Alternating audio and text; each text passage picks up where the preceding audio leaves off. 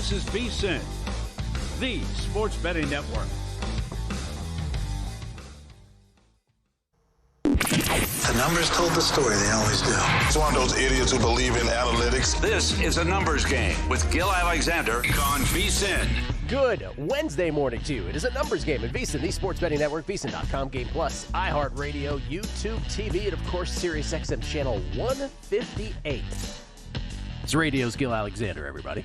It's Kelly Bidlin alongside. Heyo. What's happening? Some aggressive food takes on the NASCAR changeover between shows. Wow. Ranch on pizza just blew Gil's mind. What's wrong with you people? I didn't say I do. And by it you people, I mean people who dip their pizza in ranch dressing. What the heck? It's not bad. I will say that. I've tried it, but I'm kind of with you. It's not something I do regularly. You have good pizza, you shouldn't be doing it. Who thought to do that the first time it happened? All I remember is it blew my mind the first time I ever saw it, probably like 20 years ago. I was like, what are you doing? What are you doing? You're dipping pizza in ranch? And then I tried it, and I was like, okay, that's pretty good. Yeah, in the way that, like, just dumping all kinds of things on everything is good. But, like, what's the point? Yeah. Okay, I'm glad we got that settled. On the show today, Steve Fezzik. Normally we have Fezzik Fridays. Now I'm gonna walk you through this, Kelly. Today is not a Friday, and we have Fezzik on. So it's not technically a Fezzik Friday, but he'll be here for 3 segments next hour. So we have to be here tomorrow? What? We have to be here tomorrow because it's not Friday. Correct. Okay. Correct. Got it. Yes. Okay. Let me make note. Fezzik, among things he wants to talk about is this crack segment that we had last week, where Crack said you can't beat the NBA. Carl Sack got mad about it. You got mad at me about it. I took bullets for it, happily. But Steve has something to say about it, and then Crack tomorrow will have some more to say about it. Okay. Looking forward to it. Because other shows apparently have seized on it and gone after Crack about it. Okay. Sure. It's amazing. Gambling Twitter is a great place. Yeah, I heard one podcast bring it up. Yeah. There wasn't much detail in it. We didn't get mentioned at all. Yeah, well, I wouldn't expect us to get mentioned. What do we have to do with it? But I'm just saying... It's amazing how... Well, Steve has something to say about this. Let's just get it. I think he makes a broader point, which is a great one. We'll get into that with Fezzik next hour. I heard someone reference our show without referencing our show, though. Oh, yeah. It was like, okay, thanks, guys. Thanks. That's the other thing that's the other thing about gambling Twitter you always love. What is it about our little corner industry that no one wants to acknowledge anybody else? I don't know. The lack of professionalism is just an amazing thing. Anyway, that's for next hour. This hour, we're going to preview the Memorial. That's the golf tournament where everybody has to shake Jack's hand afterwards, right? When they walk off the green at 18. Afterward, before, every time you see him. He is, after all, the GOAT, as the kids call him today. 18 majors, the Memorial. Kelly will have his thoughts on that. JVT, our senior NBA analyst, on now what is 2 conference finals that are both at 3-1. For that matter, we got 4 conference finals, hockey included, that are all 3-1. But last night, the Pacers get it done against the Knicks. We go back to MSG in a couple nights. We have a Game 5 closeout tonight in OKC, potentially, and then potentially the Knicks, trying to stave off disaster tomorrow night. So that's where we are in that. We'll go through the game last night momentarily. Will Hill will join us, all his bets, basketball and baseball and beyond. By the way, tennis, two plays that have yet to start. 2 plays that have yet to start remaining today. One on the men's side, one on the ladies' side. Again, every host, every guest, every sport for every show is at VSiN.com/picks for subscribers. I almost said for survivors. For subscribers. The remaining plays today, one on the men's side, Jensen Brooksby. Oh, Jensen Brooksby. Oh, Jensen Brooksby. I don't know if he's ever met any of my people before. Jensen Brooksby. Jensen Brooksby has a match later today against Sebastian Korda. Love the number here on Brooksby, plus 265. His clay numbers are outstanding. Can he get it done against a player that has been, they've both had their share of injuries, but Brooksby has not been on tour nearly as much as Korda has here in recent history. But I got Brooksby at plus 265. And then on the ladies' side, we are fading Danielle freaking Collins.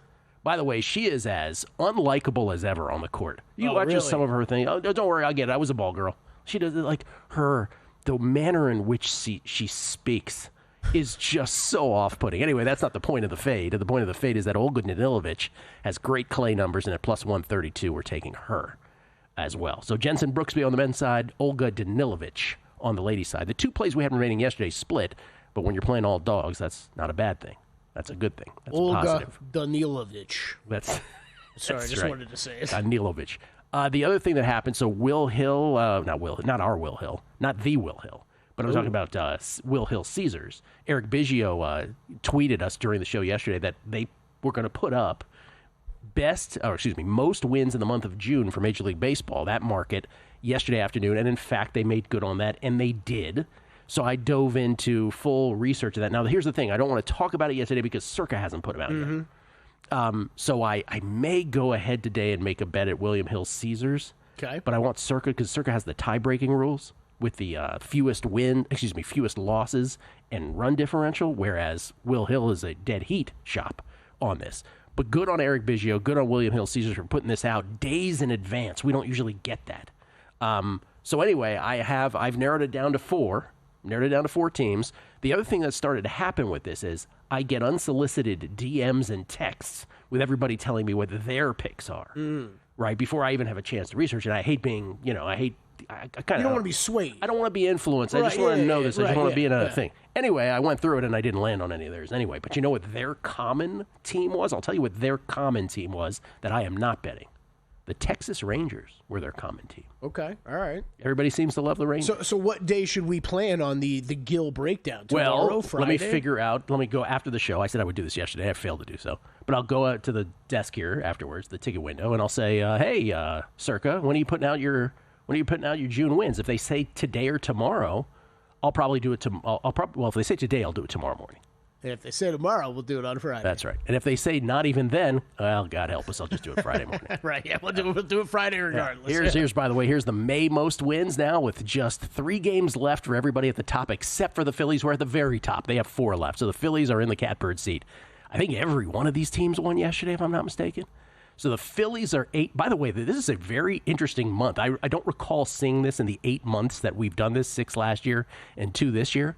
But after this group of 6, there's not a team with more than 13 wins. Oh, that's interesting. So there's a huge gap between these 6 teams and everybody else. The Phillies are 18-6. The Twins, Cardinals, and Tigers 17 wins, but 17-6, 17-7, 17-8 for tiebreaker purposes. The Yankees and Cubs at 16 wins, but the Yankees 16-7 and the Cubs 16-8. The Yankees have the best run differential, but it might not matter. And the main thing is the Phillies have 1 extra game to play. They're not only on top, but they get 4 shots at this, whereas the Twins, Cardinals, Tigers, Yankees, and Cubs only have 3 shots at this. So if you have the Phillies, again, they were one of the 5 teams that we had isolated beforehand, and I just didn't pick them. I picked the Padres. That was the thing yesterday in Major League Baseball. You see, there's 2 teams gacked 6-run leads.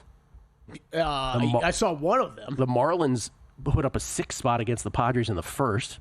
Padres came back and won it. And then the Diamondbacks were crushing the Pirates 6-0. Pirates, the Buccos stormed back and beat them 9-6. Was this the Marlins game that I just saw the video on the internet with the poor rookie second baseman? Oh, I believe that was it, yes. Oh, my God. That's so sad, man. This is one of those, sad stories where the guy... I feel terrible for the guy. I'm sure there's people laughing at him. It's like one of those stories where the guy's been in the minors for 8 years or something and gets called up and he makes 3 errors and he's crying. I felt so bad. Yeah. He's crying. He was so upset. There's no crying at baseball. There's no crying at baseball. I felt bad for the guy, though. Last night, Pacers get it done and cover. Beat the Knicks in a game that, besides the fact that they played guys I like out of the first quarter into commercial, which is a great highlight of that game, it wasn't super competitive after halftime. It was nip and tuck. It was tied late in the second quarter.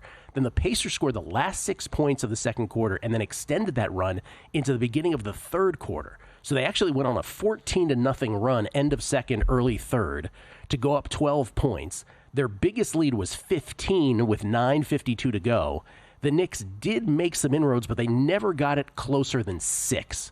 6 was the closest they got it. They did that a few times. But a virtuoso performance. By the way, the Pacers 130, the Knicks 121 in a game that was, 43-35 after the first quarter. Yeah.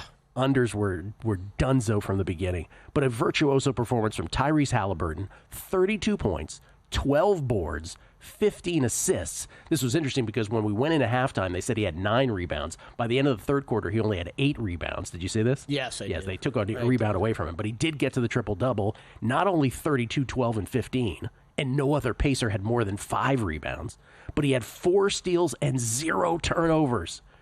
That is the first time in NBA history that a player went 30, 15, 10 or better with 0 turnovers in a playoff game. Unbelievable. And now we go back to New York where the Knicks are fighting for dear life. Will you have a play in Game 5? I took a little bit of 5 last night with the Pacers. You did? Yeah. Not big.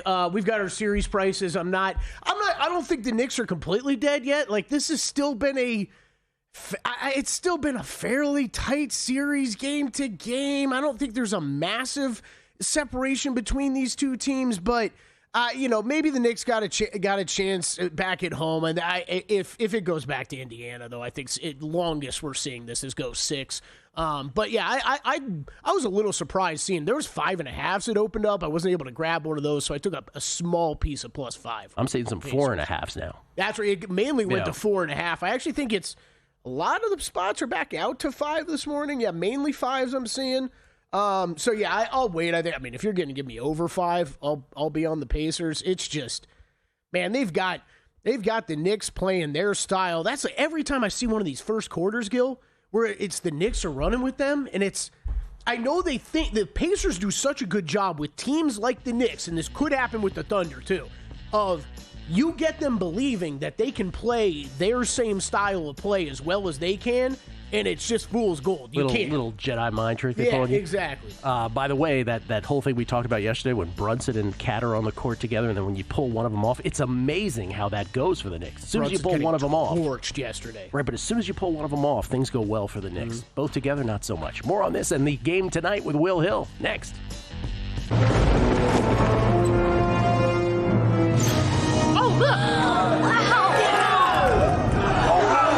Derek, what's the guarantee? Derek? Mike, time to make history. Players in Circa Million make 5 picks against the spread each week with quarterly and full season payouts. Circa Survivor entries choose one team each week with no point spread. The last one standing wins it all. We have $21 million on the line. Are you in? Visit circasports.com for details. So, Paulie, have you had a chance to read the VSiN Daily yet? Yeah. Came in at 3 a.m. What's Bill doing up that late? Well, rumor has it starts off with a 12-hour meditation session.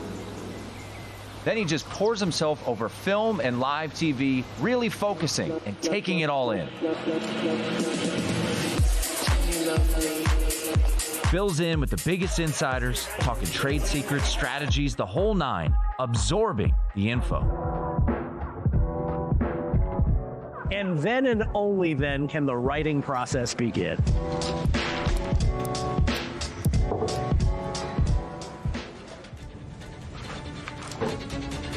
In Las Vegas, Bill's late night becomes your early morning. Wake up to the very latest betting insights in your inbox with the VSiN Daily. Sign up for free at vsin.com/newsletter. Coming up on the next edition of Follow the Money, 2 teams can close out the series. Game 5 in the West, Thunder up 3-1 on the Wolves. Also, Florida looks to close out Carolina in the NHL playoffs. Loaded card in Major League Baseball, 7 early games, and we'll do MVP and MLB awards with blind resume. We go in fresh. Matt Humans will join the show to give out best bets in golf and the NBA. Follow the Money, 4 to 7 Eastern on VSiN, the Sports Betting Network, Sirius XM Channel 158.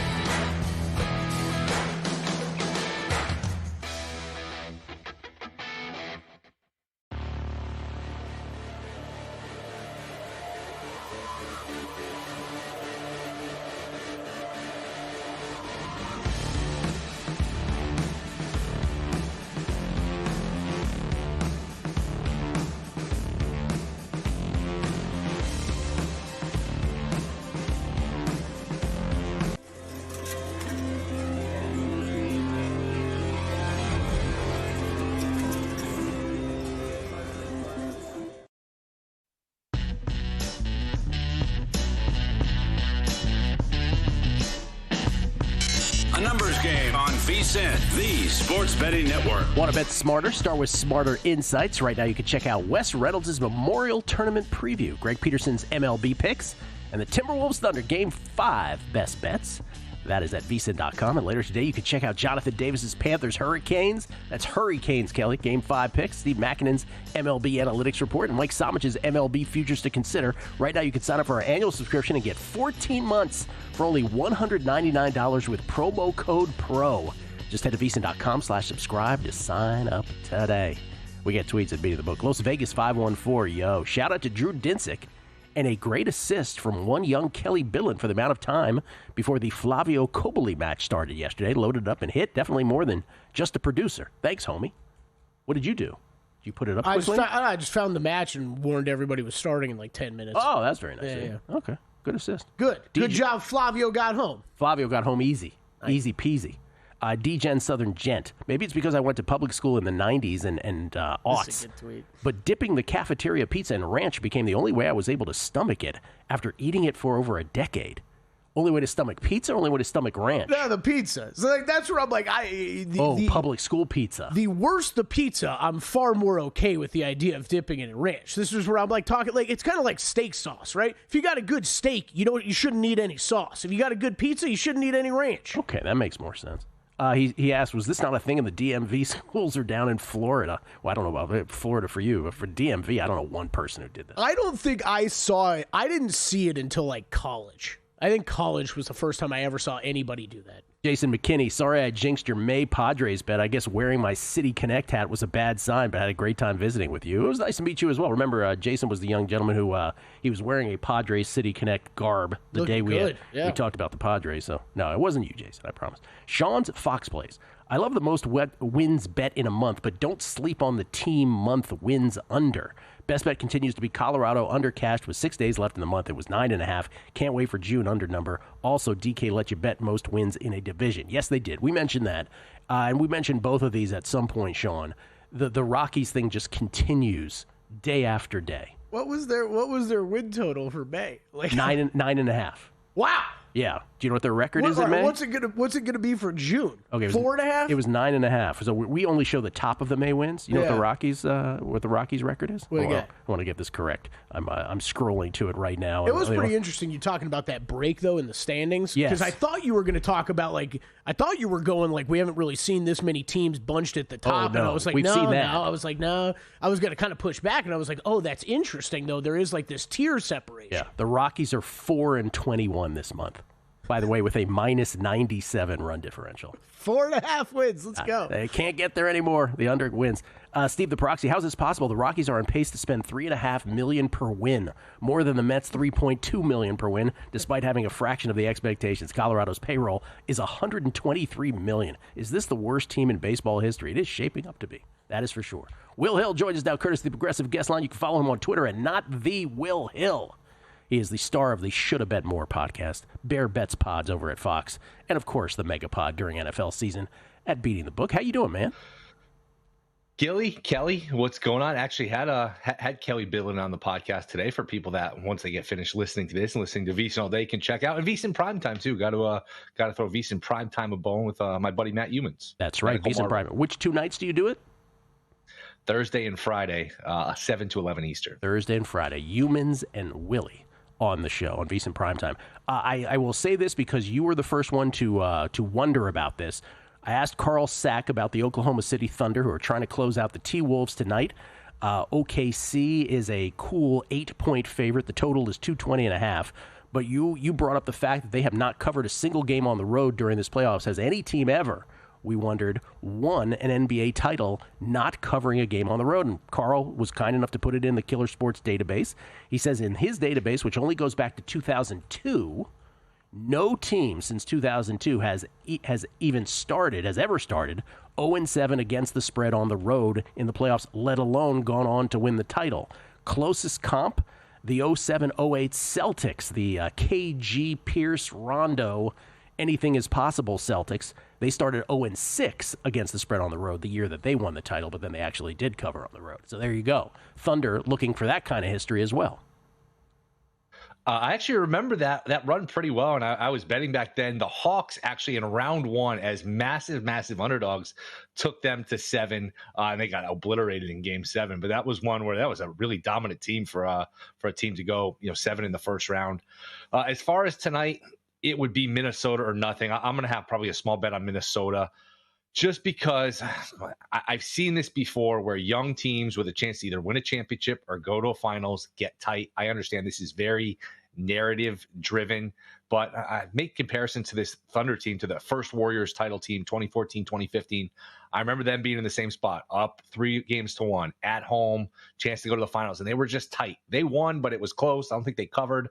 Same thing, Nuggets a couple years ago, chance to win the championship. They bombed Miami, Game 3, Game 4, Game 5 at home, big favorites, losing most of the way. They eked it out. I could see a little nerves here. I could also see a scenario, to be honest, where games 1 or 2 happens and they win it and win it comfortably. I would just worry a little bit about nerves. I worry a little about laying the 8. So I've been anti-Minnesota for the most part in the series. I didn't agree with the analysis that the series line was too high. So it's not like I've been pro T-Wolves, but it'd be plus the 8 or nothing for me. So you put me down for a little Minnesota plus 8. I don't know if there's any 8.5s left, but dog for me in this game. Okay. And by the way, for those who missed it yesterday, we were talking about 3-1 historically in NBA playoffs history.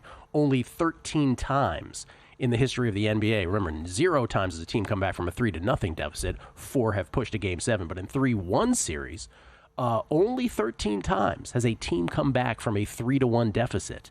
And only 5 of those times has the team that has come back from a 3-1 deficit not had home court. So the T-Wolves are in that 5 historical subset. So it's going to be real difficult, needless to say, for them to come back and survive this and get to the NBA Finals. What about tomorrow night? We were just talking about this. Knicks, also a 3-1, but at least they have the home court. So they're in the 8 subset, if you will, of the previous preamble that I just had. The Knicks are now 5-point favorites consensus. I'm seeing some 4.5s, 222.5. What do you do with this game? I like the Knicks, but before I get to that, speaking of 3-1 in series history, this stat is courtesy of Nate Duncan, who you talked about yesterday. 27 teams in NBA history, I think it's 26, this would be 27, have been the higher seed in a 7-game series and lost in 5.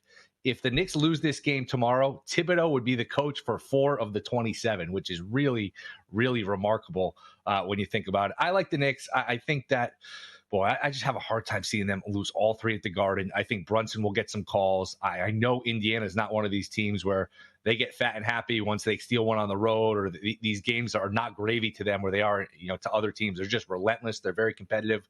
But I do think the Knicks will win and cover. I don't love the idea of laying 4.5, 5, where the Pacers have looked probably like the slightly better team, in my opinion here. But I do think we're getting a Game 6. I don't think the Knicks are dead in this series. That being said, I really was not aware of how good Nesmith was. This is one where, watching the regular season can hurt you, can help you in some aspects.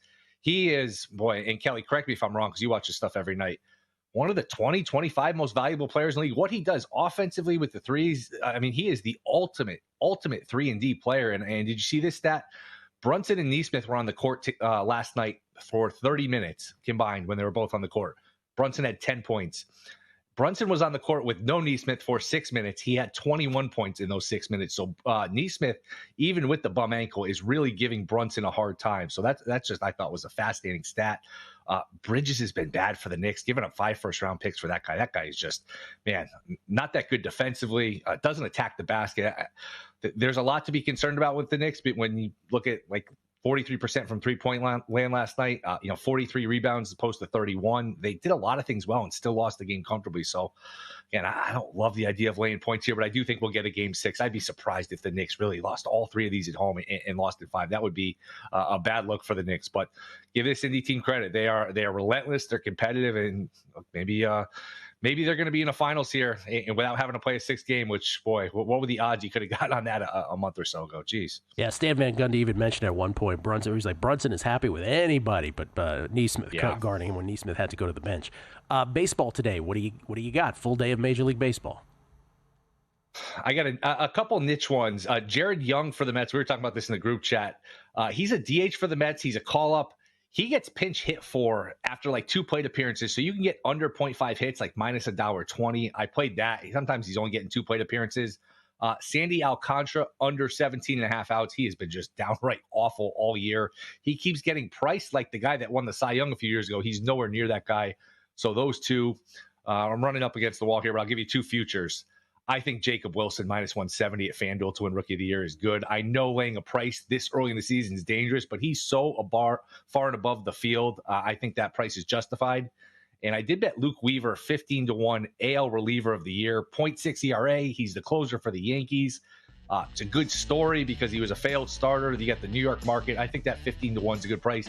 Mason Miller's 3-1. Mason Miller's been awful, so I don't understand that pricing of that market. What happened to Mason Miller?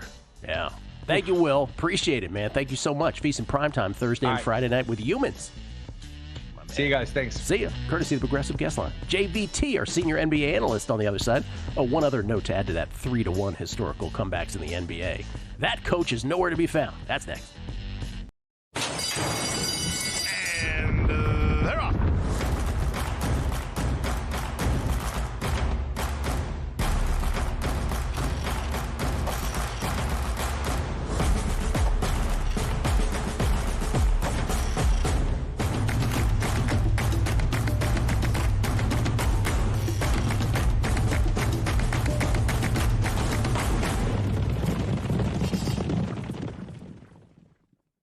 If you're serious about betting this season, it's time to go pro.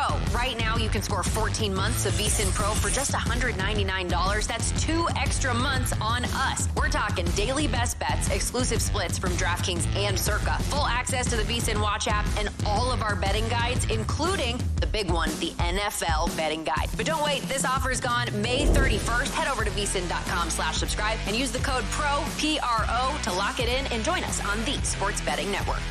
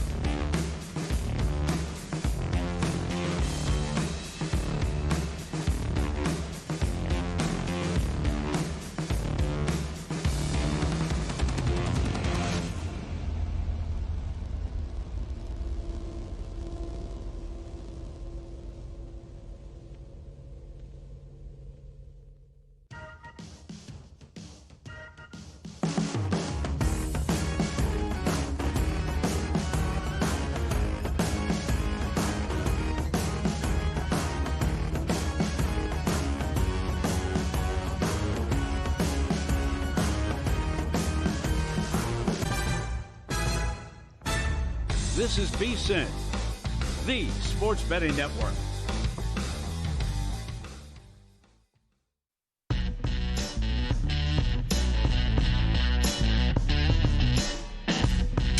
A numbers game on VSiN, the sports betting network. Don't forget to check out the Sharp Plays, unmatched transparency with records updated daily, AI betting analysis, real-time global betting information, and alerts directly from the pros. We invite you to check out sharpplays.com. I just want to read this one tweet here, Kelly. This is from our buddy Tim Lawson at The Better Life. Great podcast. Tim Lawson, also the Megapod historian. He does a great job of tracing back all our guests and all the moments during the Megapod throughout its more than decade life. He says, I met a Marine who loved ranch dressing so much that he'd put it on his cereal if he didn't have milk. Dude.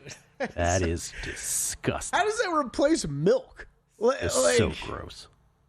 I don't know.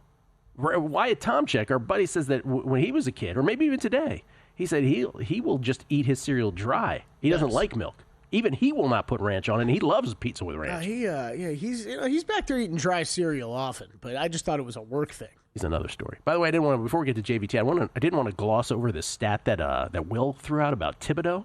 So let's repeat what he said. That in the history of the NBA playoffs, 26 times has the favored team got beaten in 5 games. I'm shocked that it's that low in the history of the NBA. It's a lot of games. I mean, I get it, right? Because you're the favorite. You shouldn't lose in 5. But Tom Thibodeau has been the author, if you will, the coach of 3 of those 26, and he could be 4 out of 27 if the Knicks lose in Game 5.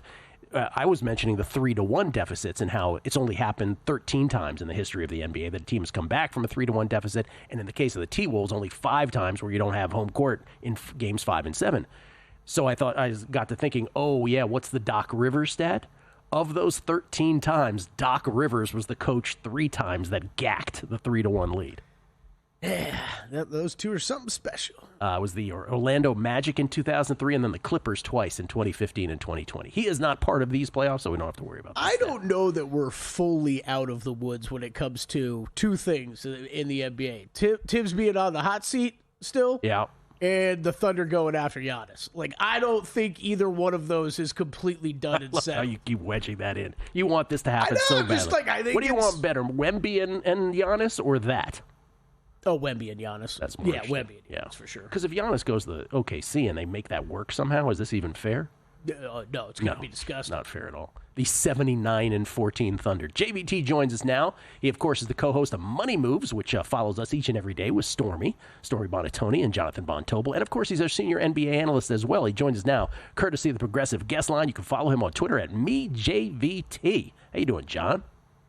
I'm good. I was better when I didn't hear about the ranch and the cereal thing. I'm a proponent of ranch dressing, to certain means. I don't really like it on pizza that much, but I like it with a French fry, obviously. But that's gross. So I would assume that you just put all ranch dressing instead of milk in the cereal, correct? You don't just put a smattering on top, which means that then there is ranch dressing left to then drink after you're done with the cereal. Oh. So then, do you do that? Okay. That's always the best part of cereal is the flavored milk. So I just don't know what to do anymore. This is the only thing I brought up with Wyatt. I was like, you can't truly appreciate a Cocoa Pebble of some kind because they are best appreciated with the milk in it because you get the chocolate milk afterwards. Or just the sugar milk of a Frosted Flakes. Exactly. Yes, exactly. Yep. Yeah. He's missing out. He doesn't know. John, before we get into your thoughts on the game tonight and the game tomorrow night, West and East, forgive me if this is ground that has been covered on your show and on other shows, but did you hear Charles Barkley utter the phrase, the Oklahoma City Thunder Invitational, the other night on TNT? No. Yeah. Did you really? I almost texted you, and somehow I got distracted. But I was like, okay, wait a minute. He must be listening because I was like, wait a minute. There's no copyright JVT on this. He actually said that. Yeah, about the Western Conference, which you, of course, were the first to ever say that. And it looks like you will be correct here. Minnesota's done tonight?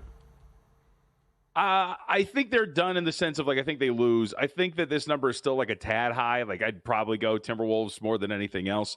But I think that this ends tonight. I think OKC has discovered a couple of things. It's actually led me to a prop bet later this evening, but they've adjusted, right? They at the start of the second half went to a single big lineup, which had Holmgren. Holmgren was incredible.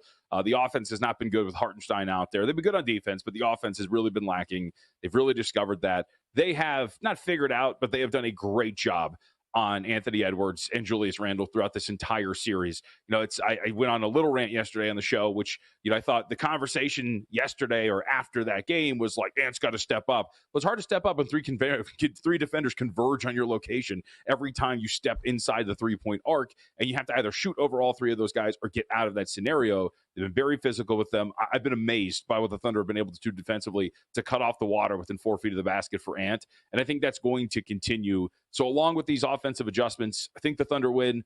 Again, 8.5 is still a little too high for me, but it's not too high for me to enact a play. And I also do worry about just the mental aspect of this Timberwolves team. I know Kelly, Zach, and I, we were passing around to the Harvard Handicappers group chat, rest in peace, this Chris Finch clip of him talking about how, it's weird. I haven't seen in four games, I haven't seen a single off-ball foul called. So that's clearly in their head as well in terms of the way the series has been officiated. I think they're done, but I think they have a shot at covering this big number. Yeah. It's big. I love Chris Finch so much. Just the you're not questioning officials if you just wonder aloud, Gil. You know what I mean? Like it's the I don't think I've seen a game in history where there's been fouls not called off the ball. It's weird, real weird. The thing about was driving you crazy about people going after Ant specifically was Stephen A. Smith, right in the 45-second halftime where he's screaming about, I don't care, you got to get more than 2 shots, right? He's going on 45 seconds, and I just thought to myself, I'm like, Stephen A. probably in his head, he's like, yeah, I'm just going to go with this because it makes me like $20 million a year. So what do I care? Yeah. I'm just going to go with this kind of. Yeah. I don't want to. We're a betting network. I don't want to go too far into it, but I think the coverage around the sport is just overall annoying from the loudest voices, and I think we need to do better. When we're talking about Anthony Edwards not being a family man, but then invoking MJ, Kobe, Shaq, and Larry Bird, along with Magic Johnson as family men when they were the face of the league, I think we've missed the mark in terms of how to cover these series and these games. Probably true. What about tomorrow night? Now, Knicks favored by 5. Consensus seeing some 4.5s out there. Real quick, I will say tonight, I did bet Isaiah Hartenstein under 14.5 rebounds at points and rebounds. We'll talk about that, of course, on part of Money Moves, but I don't think he's got a spot in this series. I think they're really going to go to this single big lineup. I think they're going to use Holmgren a lot more, and then if they're not, then they're going to go to the 5 guard. So I just wanted to throw that out there. For Pacers and Knicks, first off, Tibbs, what are we doing? I don't know what he's been like. He's clearly grasping at straws in this series. I thought there was a great moment. I think I said it to Kelly and Zach again, where he's asked after the game yesterday, hey, why did you decide to go with Landry Shamet? And he's like, well, I needed more shooting. And they're like, over Deuce McBride? And he's like, I needed more size. Like it seems that he's very clearly just grasping at straws at this point right now with the way that he's coaching this series. And I don't think it should be ignored at all that Jalen Brunson has not been good in this series, specifically on defense. I think you guys have talked about this, the statistics with his man being used as a screener. They're going after him on almost every single possession. This new lineup that Tibbs unlocked in Game 3 has been outscored by 20.9 points per 100 possessions when it's out there on the floor. When Jalen Brunson and Karl Anthony Towns are on the floor together, they have been absolutely cooked. He has had no real adjustment to make, and that isn't even to bring into the count that this team, of course, from an offensive standpoint, has been lost. So for this, look, I'm amazed that the market is continuing to tell us that they think the Knicks are better than Indiana. This number should not be 5. This should be probably like 3 or 2.5, but we're factoring in the bounce back, I guess. Look, the zigzag has been strong throughout this entire postseason, Gil, but from a pure number standpoint, I thought that this should be 3. So give me the Indiana Pacers. I think that we are, again, not giving them enough respect from a rating standpoint. They are at the very least equals to the New York Knicks, if not better, and I think we have proven that to this point. I have played the Pacers, in addition to having the pre-flop series price on the Pacers, I've played them every single game this tournament against the spread, this series against the spread, and I don't see why I would stop tomorrow.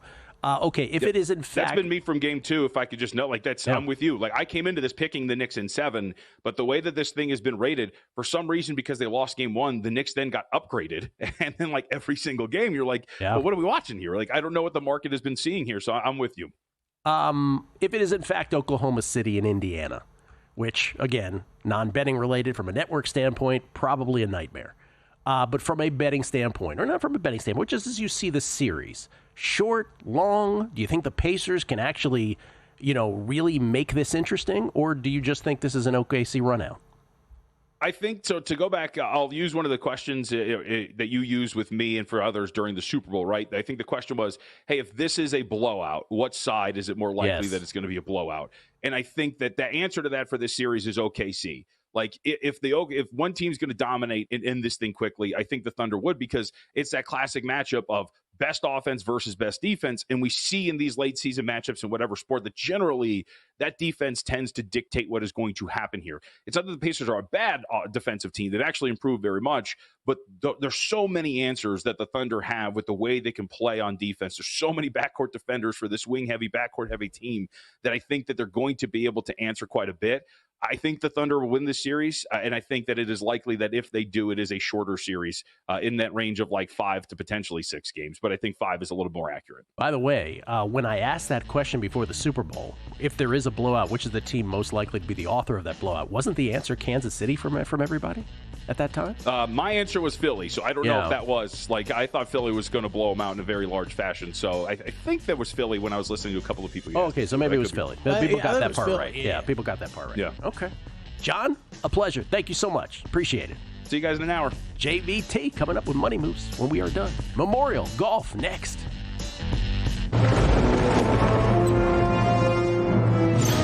Oh, look! Wow! Look at that! Derek, what's the guarantee? Derek? Mike, time to make history. Players in Circa Million make 5 picks against the spread each week with quarterly and full season payouts. Circa Survivor entries choose one team each week with no point spread. The last one standing wins it all. We have $21 million on the line. Are you in? Visit circasports.com for details. Your favorite VSiN shows and personalities are now available to download as podcasts. Catch every hour of our live broadcast with VSiN Best Bets, or find your go-to show and download it directly. Get instant reactions to last night's games, sharp analysis on today's biggest matchups, and everything in between. Whether you're commuting, working out, or just catching up, VSiN lets you take the action with you wherever and whenever you want. Search VSiN on your favorite podcast platform and get in on the action with VSiN, the sports betting network.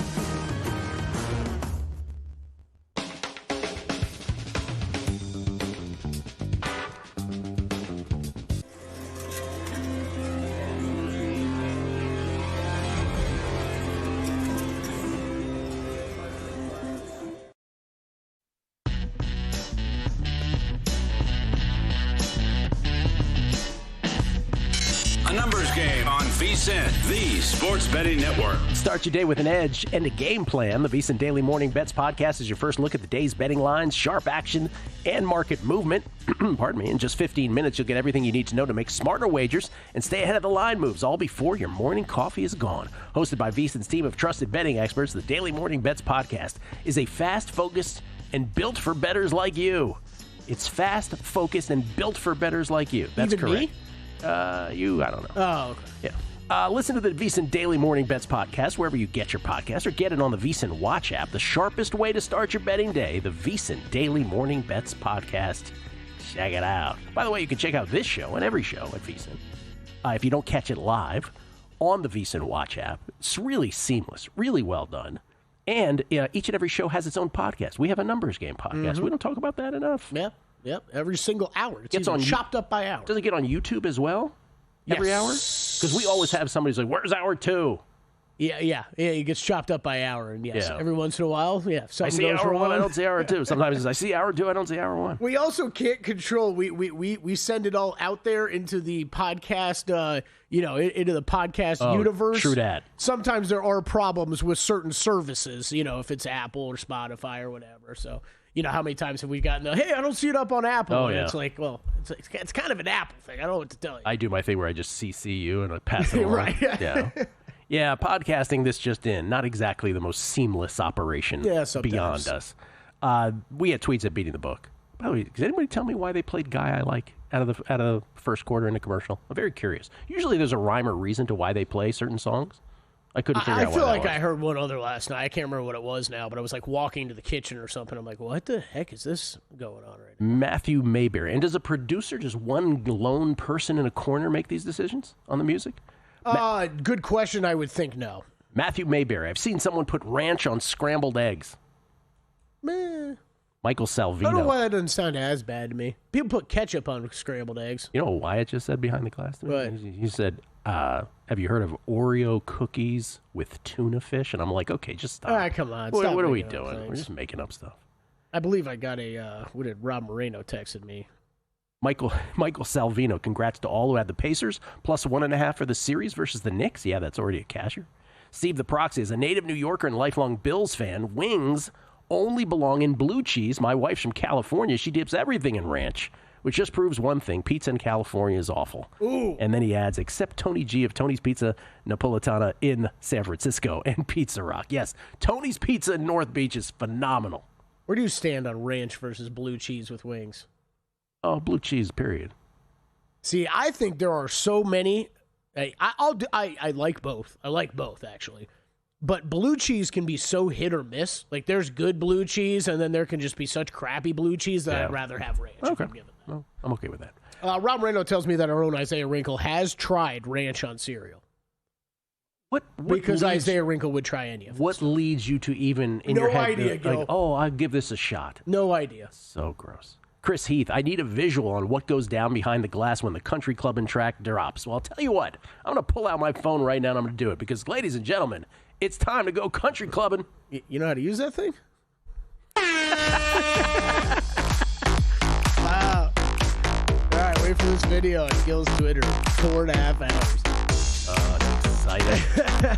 And it's not even good because we have tinted glass. Not good.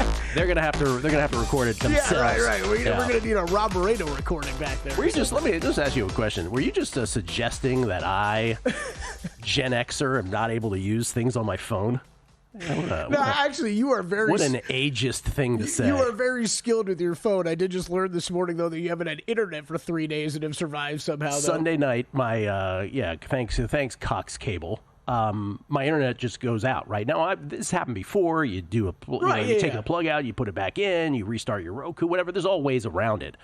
Or they can reset the stuff. No, it's out. Like, something is wrong with the router itself. The router needs to go and needs to be replaced. And so, like one of the things I was trying was I got on the chat to be like, hey, what's going on here with this?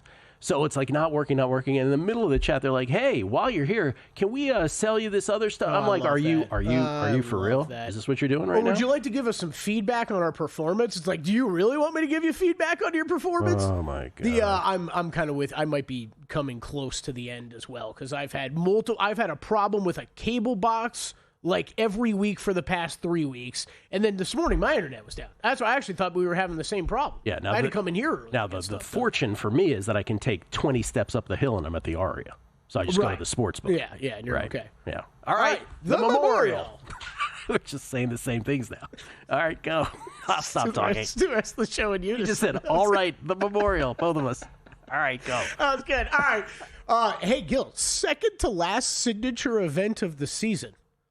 Which we Whoa. Yeah, wait a minute. I know. I did the same thing. It's May. It's May. Yeah. And we still have 2 more majors. So they front-loaded this signature event schedule, which I probably knew 5 months ago, but when I read this again yesterday, I was like, that's kind of surprising. Are you as outraged as Dave Ross is that Rory is not at this? Dave Ross is very angry about this. No. You know what? You know me. I've never really been the biggest Rory fan. You've never really heard me talk. Yeah. But the one thing I always give Rory credit for that he's never going to get enough for is that he was the guy who had to stick up for the PGA Tour for years during this live mess. And again, guess what? Nobody had his back at the end when it mattered. It was, we're going to go to the negotiating table. That's right. When they forced him out there to talk Not to only the did they PGA not have Tour. his back, they went around him. Exactly. Yeah, exactly. Wow. So Rory can do what he wants. You know what? I respect. He's going to play in the Canadian Open next week. That's something that he's done as much as he can. The links back between Ireland, Great Britain, right, and Canada. He likes to play in that National Open when he can. So I don't have a huge problem with it, but it does hurt the event a little bit. And I guess if Jack was expecting a call, it's a little weird that he didn't call him. That I'll admit to. That part. So you have every eligible golfer within the top 30 in the world golf rankings in attendance, Gil. The only one missing, Rory McIlroy. So we do have each one of these signature events that are kind of tied to one of the legendary names. We do have a cut. So field is at 72 right now, but it's top 50 in ties or the cut. Also with the caveat that if you're within 10 shots of the leader, you make the cut as well. Muirfield Village, one of the toughest tests in golf we get all season long. Long golf course, thick rough to deal with. You've got water dangers. You got small greens. You're going to play a lot of around the green, and scrambling is going to come into play here if you're doing your own handicapping at home. This is a... Let's see, 4th toughest course to gain strokes around the greens. Toughest course on tour to gain on approach. Real tough test for the guys that you're getting out there this week. Things that I really emphasize were accuracy off the tee, long approach distances, and scrambling ability and scoring on par 5s. You got 4 par 5s. You are on a par 72. Got to take advantage of the par 5s, even though they are one of the toughest set of par 5s on the PGA Tour. Guess what? They're the only holes on the course that play under par, so you got to take advantage of those. As far as bets for me this week, look, Scotty Scheffler, top of the odds board. He is plus 280. It's a small size field. I can't say those odds don't make sense. Then it's Morikawa, Xander Schauffele right now at 16-1, JT 18-1. Everybody else 22-1 or longer.